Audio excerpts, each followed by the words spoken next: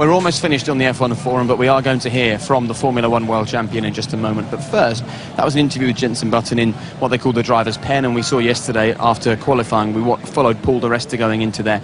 It's a place that all the drivers go together. They then speak to the media that either they choose or the media that wants to speak to them, and they're as close to each other as we are here. Often after quite a difficult race on track, sometimes they're next to a friend, sometimes next to a rival. However, today in there, this is what happened. Have a little look at this. I will describe it, Lewis. Otherwise, congratulations to Sebastian. Good job, man. Very good.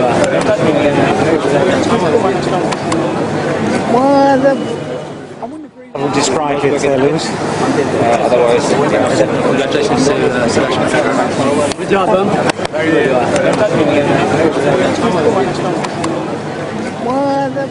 I wouldn't agree with him. Well, let's just put that into context, Martin, and you're the only one here that can explain to us. After a Grand Prix, emotions are running high, there's plenty of adrenaline coursing around your body, and obviously when Felipe popped in there, he didn't actually mean good job, Lewis, did he? It was quite clear what he meant there. Yeah, he was razzing him up, and he succeeded, didn't he? And Lewis is obviously still tormented by the fact he got a penalty that he doesn't think he should have had. He hasn't had the opportunity to see the video footage and take another judgment on that.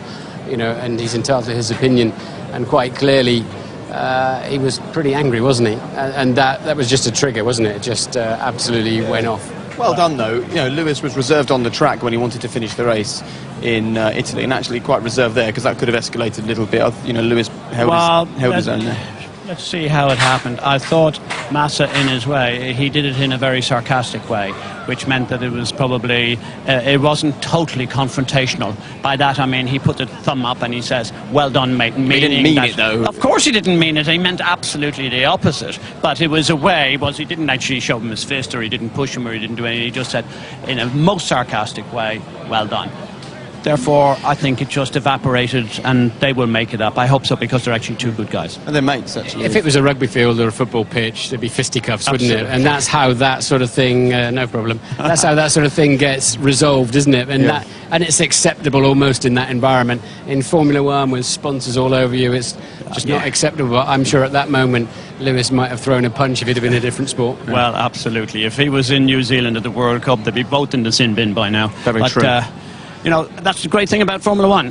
They are very controlled people. I think they're supreme athletes, and I'm glad to see that didn't escalate into anything silly. I've seen worse with my dad at the Upper Stoke Holy Cross vegetable growing competition, so it's nothing too much to worry about, I don't think.